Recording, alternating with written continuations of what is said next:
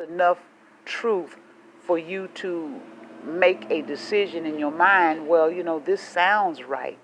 This is where I go with each individual can't just depend on what you are hearing, not even from me. You, the things that I'm saying to you should not be taken as face value. This is why I'm stressing that you need to have that personal time alone in the scripture with God so that you can get all of this crap untangled as well. And then, if God permits, and He sees that you're sincere, that you're earnest in your search for Him, and He's the only one that knows that, then He will come in and He will give you the ability to have your eyes open, and then you can see the enemy. You can actually see Satan, and you can see his operation, and you can see how he's got it constructed and set up. Because the more you learn of God, and the more you learn of God's doctrine, and the more you learn of how God has meant for things to be from the time He first created, and understand how Satan fits into the picture, and how he got his start, and God throwing him out, and him coming down here, taking control, then you can put the picture together and see that this satanic influence is not a fallacy, it's not a fantasy, it's real. It's real. Just as God is real, Satan is real too. And Satan has power, and he's using that power, and he's using all of the devices that he's used for centuries to keep the average person in the dark, to keep you led in a direction where he's assured you won't find God. So that's the only way that you're really gonna see what I'm talking about.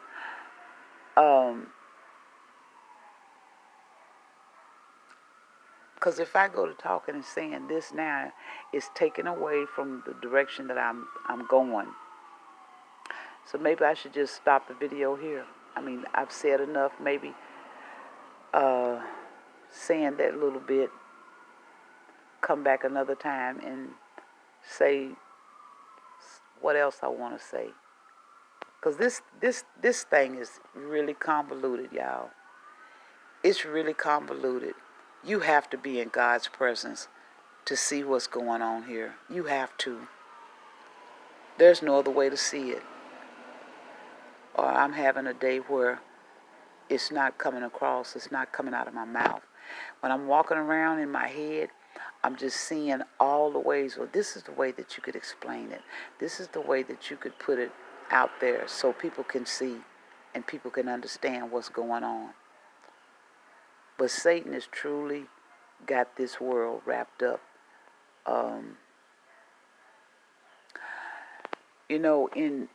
In Jesus' time, well, from the creation, with Satan being down here and having everything put into place just the way he wanted, and having his influence on the humans,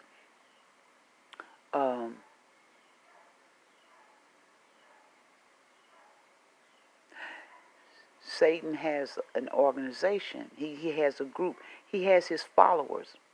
And oh boy, I'm so much better on paper than I am in person, mouth to mouth. Satan truly has followers here on earth, just as Jesus has followers. Satan has followers too.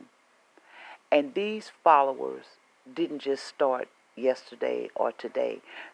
These are people who have always been on earth, just as Jesus' followers have always been. So has Satan's followers. In the biblical days, there were pagan religions that were under the influence of Satan, the pagan gods that people chose to worship. They have not gone anywhere. The people that did that worship of the pagan gods during Jesus' time and before, they are in existence still today. That's what I want to say. That you have people, for whatever reason, they reject God or they are misled by Satan. That's the two directions with those people. Because God does have willful enemies. Satan is a willful enemy. So it stands to reason that there will be humans that are willful enemies of God too. They choose to reject God, and they don't want no parts of Him. So those are reprobates. They're just straight out enemies. But then you have others who make a choice to serve Satan and follow him. And it's always been that way. And so these people have always been in existence. But at one point in time, God's people fought them and kind of kept them back where they went into seclusion. In other words, when they openly displayed their evil beliefs and their evil pathway, the God's people would jump on the band and push them back. So that made them go into seclusion. That made them say, well, we're being rejected when they see us openly display who we are. So we're going to go into secret. We're going to go into hiding. And that's what Satan does. He believes in deception. So he cloaks himself and disguises himself in another way so that you won't know who it is that you're dealing with. So these people who are followers of Satan, who believe in Satan, they went into seclusion.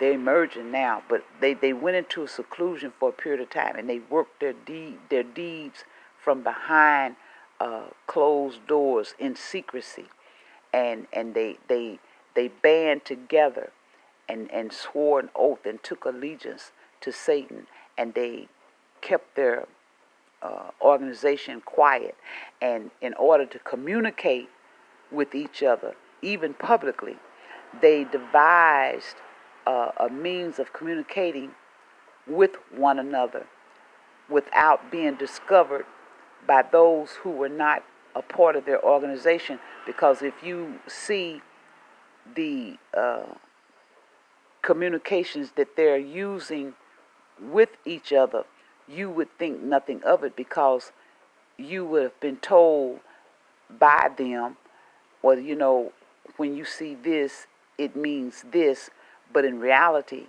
it doesn't mean that. To them, the secret group, it means something else. But to you, the outsider, you have been led to believe that it means this.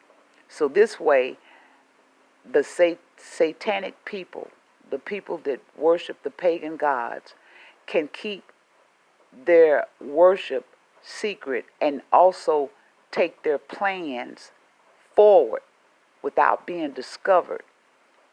And so in this world, what I want to say is that the world that we know is a falsehood. It's a lie.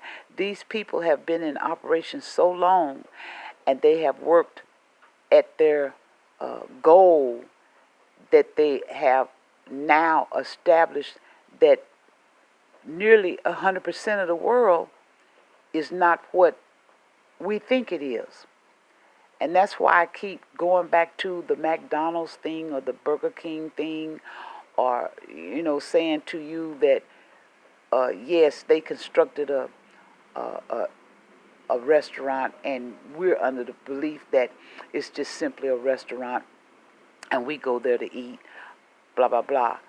But the restaurant is a symbol of their satanic organization, and everything connected with that restaurant is satanic. The advertisement, the identity of that business. In other words, the what's the word when they say the branding, the branding of that restaurant. All of its branding is rooted in satanic meaning or implication. Like the Taco Bell, they don't, the outside people who have no knowledge of these secret organizations. When we see a Taco Bell, we just see a restaurant, what we've been led to believe. This is just simply a restaurant, and this is simply the way we brand it. So you got the Bell, Taco Bell, and you got the little bell up there, not knowing that the bell is a satanic emblem, and it has meaning behind it. And on the Taco Bell, if you look at the restaurants, they have the Taco Bell branding on three sides of the building, which represents 666. So the bell, when you look at Taco Bell and you look at the little bell that they are displaying there, within that bell, the thing that makes the bell sound, the little metal piece that's inside the bell, and when you pull the string, go bong, bong, bong.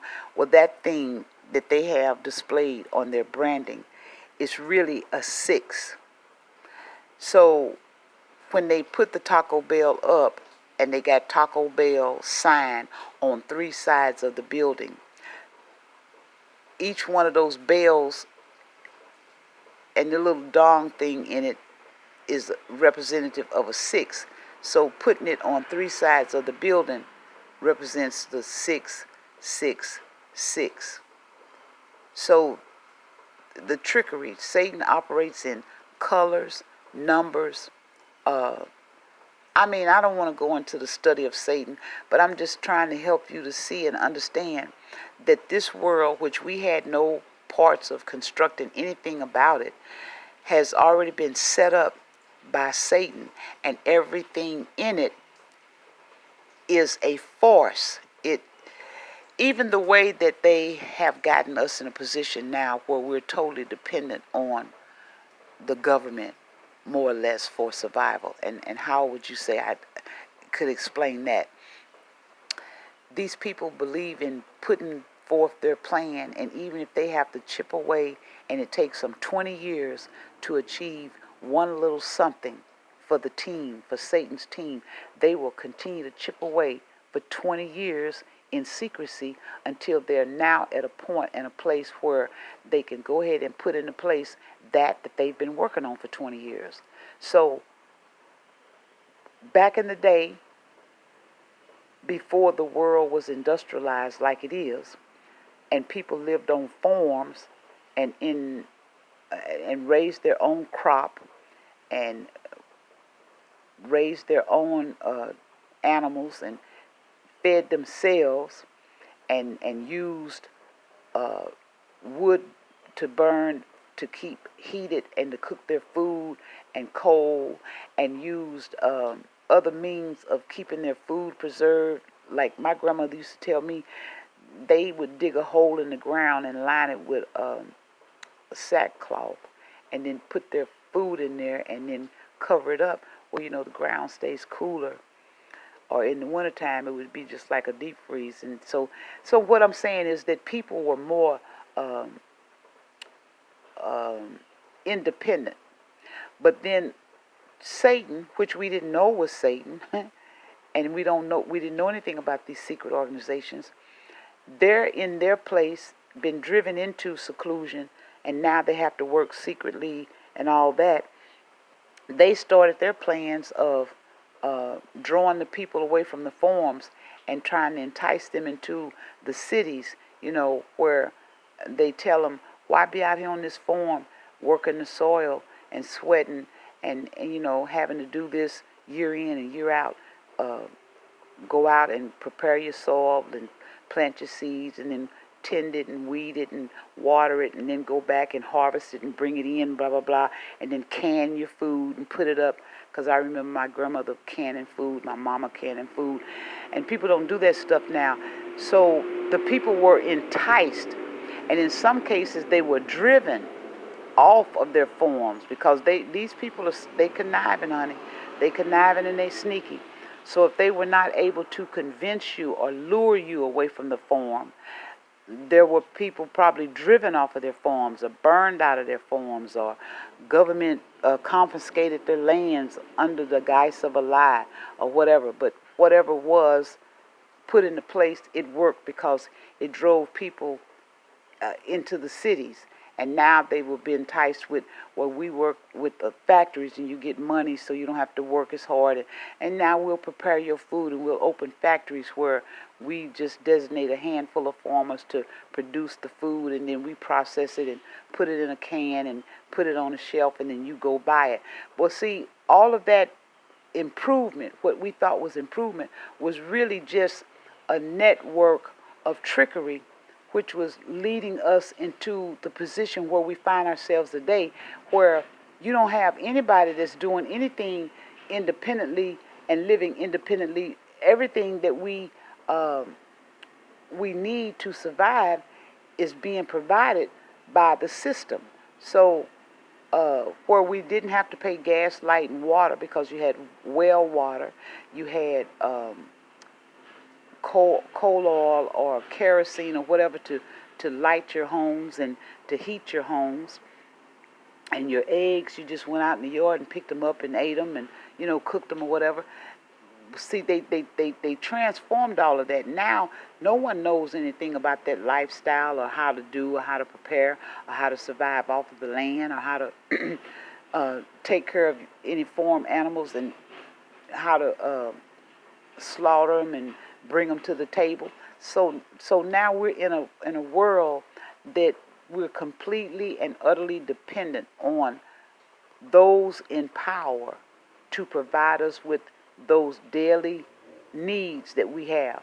And now we're enslaved because in order to get that, you gotta work a job and depend on a salary so that you can go to these fancy supermarkets and buy your supplies in order to live with. So I know I've gotten a little bit off track because I'm telling you my mind is so full. I don't know how to go about really breaking this down so that you can see the total picture.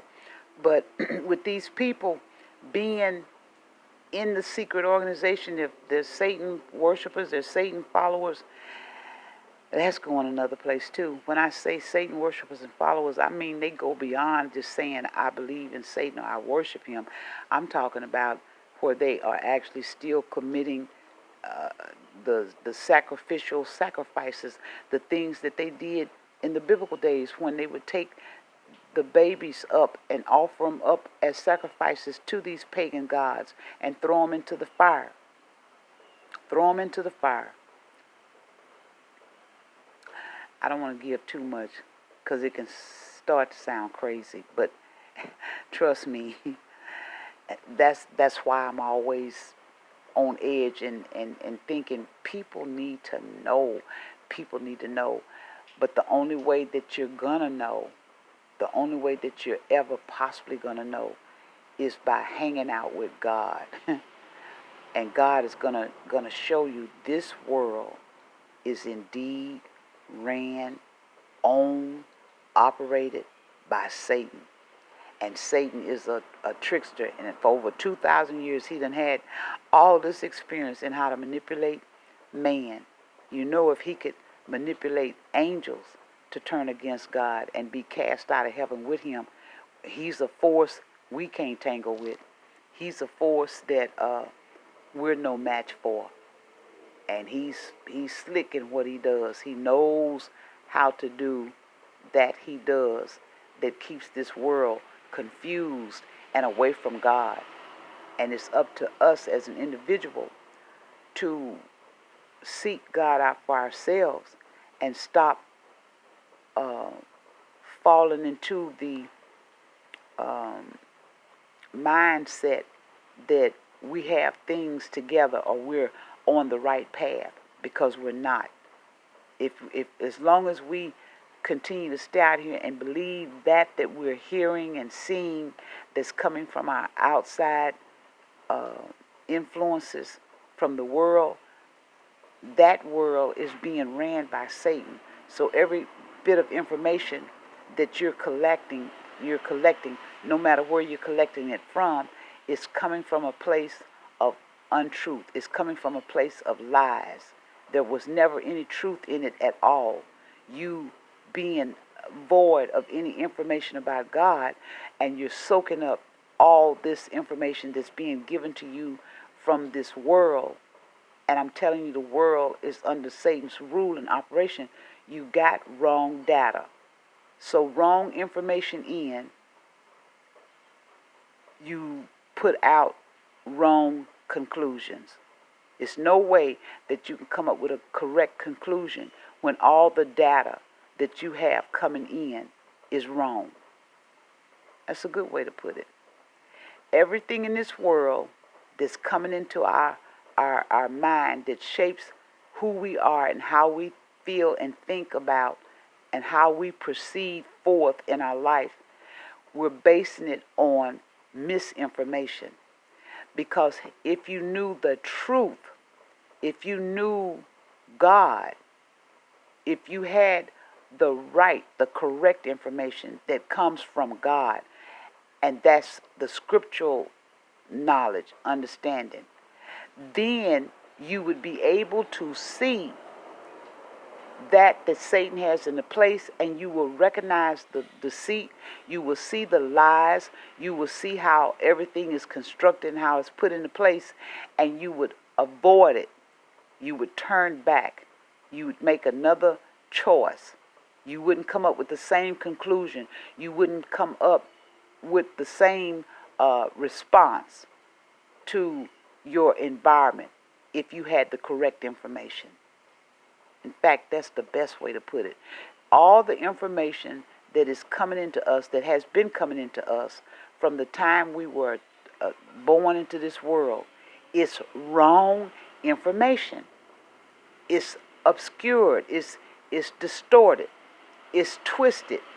It's out and out pure lies. It's out and out pure fantasy. Here's another one. When I was, and I hate to keep alluding back to school, but when I think of something and it fits, I'm gonna speak it. But when I was attending college on the undergraduate level, the university brought a astronaut, one of the astronauts. I don't know the guy's name, done forgot, but somewhere in my stash of memorabilia, I have a photo of him because he passed out photos and he autographed them, yada yada yada. And at this time, I was nowhere near the road of trying to look for God. I'm still under the same train of thought everybody else is. I'm all right, and I'm all right with God, and yada, yada, yada. But when he came, they brought him to the school. They brought this astronaut, whoever he was, to my university, and he gave a talk. And he was talking about the outer space and his experience with taking the flight and blah, blah, blah, blah, blah, blah. And when he finished with his little presentation, he stood at the back of the auditorium, and as we students exited the room, he shook our hands, and different ones would have conversations. Well, when I got to him and shook his hand, Paulette, like I told you, being the very analytical person I am, I sit there and I listen to him talk and all that, but it just wasn't flying for me. So when I came to the back and was extending my hand to shake it, I looked him in the eye and I told him, y'all ain't been to no moon. I told him to his face, I said, y'all ain't been to no moon. And he looked at me, a young fella, kind of sheepishly, and he said, oh yeah, we've been. I said, no, I said, you'll never make me believe that you've been to no moon. And I'm totally dumb of God at that point. I don't know the real authentic God at all at that point in my life. I'm just, out here. But I say that to say this. Now that I have been given the sight to see, I'm even more convicted in the fact that's a big hoax that Satan has pulled off. He's gotten people believing in space travel. He got people believing that They have the ability to construct a craft and shoot it out beyond the sky and go somewhere. You lying dog. You ain't able to go nowhere because God put a filament around this earth. He put a filament. You can't get past that filament, fool. But he done made us believe that he has the ability to go beyond somewhere God has set a limitation. You liar. You simple liar. Uh, and you know what? Other stuff be going through my head. When you get on this social platform and you start talking, you really got to be mindful of what you say because they watching every single word. They're watching everybody. And they're listening, and they pay people and trolls to come in and see what's being spoke on. And when you start speaking the type of stuff that I'm attempting to speak, because this happened to others who try to reveal truths, they come in, they troll you, they follow you, they start making problems for you, you know. They shut you down, they block you, they hide you out. Because I know once I've made a comment on someone's post about making a distinction to how a woman exits a shower and a man exits a shower, and how a woman is more likely to exit a shower being very neat and mindful of not slinging water and, you know, making a complete mess. Because whatever post this was somebody put up, it was about how their son, when he take a shower and you go in the bathroom behind him, the bathroom is completely shut, you know. And I could identify with that because I have a son who does the same thing. You know, when he takes a shower, when you go in the bathroom, you would think a whale was in there, or that uh, Flipper the seal had taken a shower in there, because although there's a shower curtain in place, there's water everywhere. You know, it's a big total mess. And I'm like, how is it I can go in and take a shower, the water remains in the tub, and when I get out and dry off, you know, I'm just neat. When you leave the bathroom, there would be no evidence of me having taken a shower other than the fact that the shower curtain is wet and the tub is wet.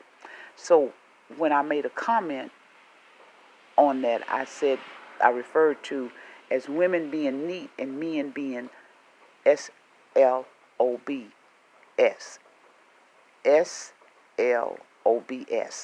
And when I put that in there, I got a strike from Facebook, and they were telling me something about I had broken a social something. But anyway, it made me mad because I'm like, I'm just talking, I'm just referring to a post, and I gave the statement: women are more neat than men in their behavior of leaving a shower, leaving the bathroom in a chaotic state, and I used the word SLOBS, and I got a warning on that. And I'm like, now this is going too far. So that's why with me talking now, and trying to give you all information, I'm feeling like I'm being under a restrictive speech, because as I'm stammering and stuttering along, I'm trying to be mindful that the algorithm can pick up things that you're saying, and then, you know, your video won't go up, or you'll get hit with something, and you know. So it's really, it's Satan. Satan got all his tricks and devices in places, and he's getting worse. The noose is getting tighter around the neck. And only those who have eyes opened by God can see that this noose is getting tighter and tighter and more restrictive. And the people that are still out there on that yellow brick road, that are stuck in a bag, that are blind and misled and deceived from all the misinformation they have, they're the only ones that are not privy to understanding of what's going on. Hmm? So I'm gonna stop now. Is this thing right? Surely it can't be saying I talked an hour, but I guess I have. I'm gonna shut it down for now, y'all, and come back another time. I got so much work to do. As you can see, this garage is loaded. Well, I haven't showed, but it's a lot of stuff from the move that's got to be put in place, and there's things I got to do in the house. So I'm just going to do a little bit by little bit. And I thought I'd come on and do this video while I had a free moment. The grandbaby's not here. I don't know what I've said, if it's going to reach anybody, make any sense. But I'm going to get better. Hopefully God will give me what I need. And each time I come on here, I'll share something. So y'all be blessed. Open your Bibles.